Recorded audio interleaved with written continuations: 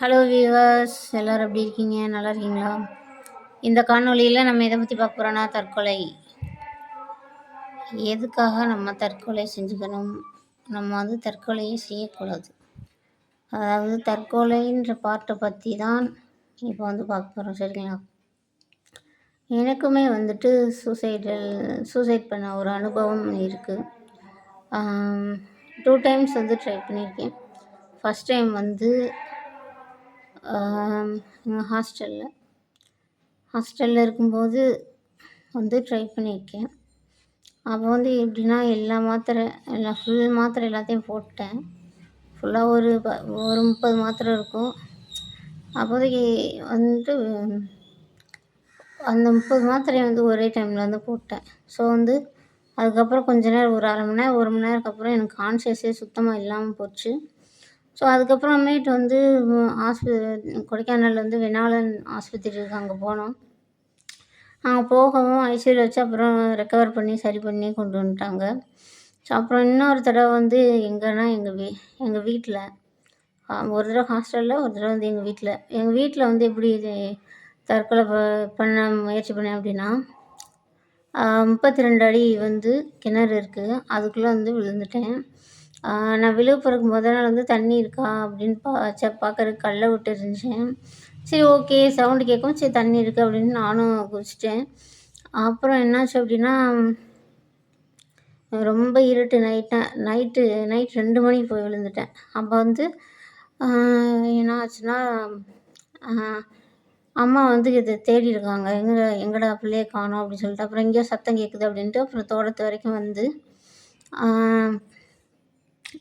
வரைக்கும் வந்து என்ன பண்ணாங்கன்னா, வந்து ஹெல்ப் பண்ணாங்க. நான் கத்துனேன், காப்பாற்றுங்க காப்பாற்றுங்கன்னு சொல்லிட்டு கத்துனேன். ஏன்னா வந்து நான் வந்து நிறையா தண்ணி இருக்கும், உடனே நம்ம இறந்துருவோம் அப்படின்னு நினச்சி நான் குதித்தேன். ஆனால் வந்து இறக்க முடியல.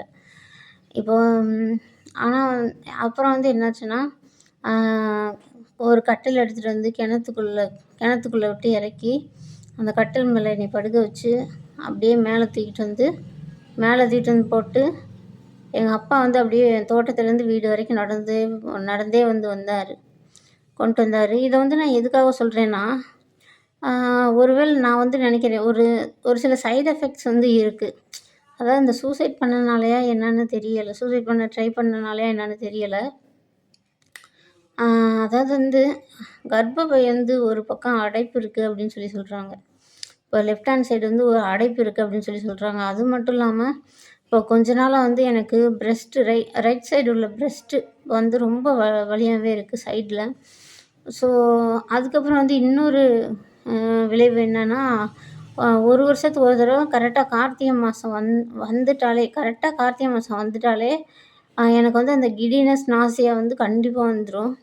அப்போ என்னால் எதுவுமே செய்ய முடியாது. 100% என்னால் எந்த வேலையும் செய்ய முடியாது, நிமிர கூட முடியாது. லைட்டாக தலையசைச்சா கூட எனக்கு வந்து ரொம்ப கிறுகிறுன்னு வந்துடும். ஸோ வந்து இதெல்லாம் எதுக்கு நான் சொல்கிறேன்னா, இப்போ நம்ம தற்கொலை பண்ணிவிட்டு செத்துட்டா பரவாயில்ல. ஆனால் நம்ம வந்து தற்கொலை பண்ணிவிட்டு சாகாமல் இருந்தோன்னா, அதாவது வந்து தற்கொலை பண்ணிவிட்டு செத்துட்டோன்னா ஓகே, நம்ம வந்து நிம்மதியாக போய் சேர்ந்துடலாம். தற்கொலை பண்ணிவிட்டு சாகாமல் இருந்தோன்னா அதுலேருந்து வர சைடு எஃபெக்ட்ஸை நம்மளால் வந்து தாங்கவே முடியாது. ஸோ அதனால் நான் என்ன சொல்கிறேன் அப்படின்னா, யாரும் வந்து தற்கொலை முயற்சி வந்து பண்ணாதீங்க. அது வந்து நம்மளுக்கு வந்து நல்லதில்லை, சரிங்களா? நம்மளுக்கு இறப்புன்றது எப்போ வருமோ வரட்டும். அது வரைக்கும் உங்களுக்குன்னு நீங்கள் எந்த விஷயத்தில் சந்தோஷப்படுறீங்களோ, உங்களுக்கு எதை பார்த்தா சந்தோஷமோ, எதை கேட்டால் சந்தோஷமோ, எதை பேசுனா சந்தோஷமோ, அந்த வழியில் வந்து நீங்கள் போங்க, சரிங்களா?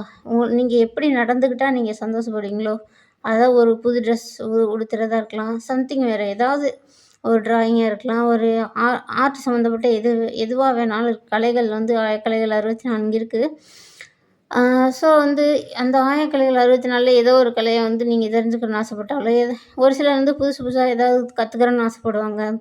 அந்த மாதிரி வந்து இருந்தீங்கன்னா தயவு செஞ்சு ஃப்ரெண்ட்ஸ், அந்த மாதிரி உங்களோட லைஃப் வந்து லீட் பண்ணுங்கள்.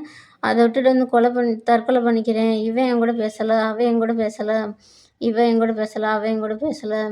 ஆக்சுவலி வந்து ஒரு 75 பாயிண்ட், ஒரு 25% வந்து ஒரு பையனால தான் வந்து அந்த மாதிரி கேணிக்குள்ள விழுந்தது. ஸோ வந்துட்டு மிச்சம் 75% வந்து எங்கள் அம்மா தான் காரணம். ஏன்னா வந்து டெய்லி திட்டுவாங்க. எனக்கு வந்து அதாவது வந்து பேரண்ட்ஸ் வந்து பிள்ளைங்கள வந்து வேலை செய்ய விடுறாங்க. ஆனால் வேலை செஞ்சால் அதை வந்து பாராட்ட மாட்றாங்க. பாராட்டினா தான் அடுத்த வேலையை செய்ய முடியும். அதாவது வந்து பாராட்டலைனாலும் கூட நல்லா இருக்குது, ஓகே. அதாவது வந்து இப்போ ஒரு சாப்பாடு செய்கிறோம், ஒரு குழம்பு வைக்கிறோம் அப்படின்னா, இது கம்மியாக இருக்குது, இது கூட இருக்குது, இது இப்படி போடணும், இது அப்படி போடணும், மெஷர்மெண்ட் வந்து சொல்லிக் கொடுக்கணும் பிள்ளைங்களுக்கு. சரிங்களா?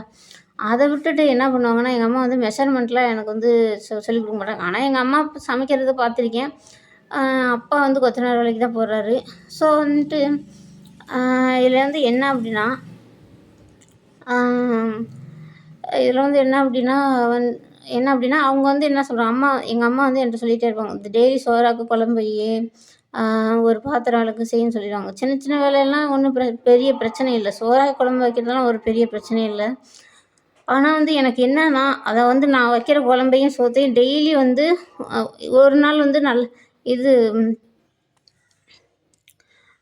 ஒரு நாள் வந்து சாப்பாடு நல்லா இருந்தால் இன்னொரு நாள் ஒரு நாள் வந்து சாப்பாடு குழஞ்சிரும், இது குழம்பு நல்லா வச்சுருப்பேன். ஒரு நாள் வந்து குழம்பு நல்லா இருக்காது, சாப்பாடு நல்லா பளபளன்னு வடித்து வச்சுருப்பேன். ஸோ வந்து இந்த மாதிரியெல்லாம் தான் இருந்தது. எப்போ பார்த்தாலும் டெய்லியுமே சண்டை வரும். அம்மாவுக்கு எனக்கு வந்து டெய்லியுமே சண்டை வரும். ஸோ அந்த ஒரு காரணத்துக்காண்டியும் தான். சரிங்களா? First thing is love failure and second thing வந்து எங்கள் அம்மா தான் முழுக்க முழுக்க காரணம். ஆனால் சொன்னால் அவங்க வந்து ரொம்ப வருத்தப்படுறாங்க. ஆனால் நான் அவங்ககிட்டயுமே வந்து சொல்லிட்டேன், இதுதாம்மா விஷயம் அப்படின்னு சொல்லிட்டேன்.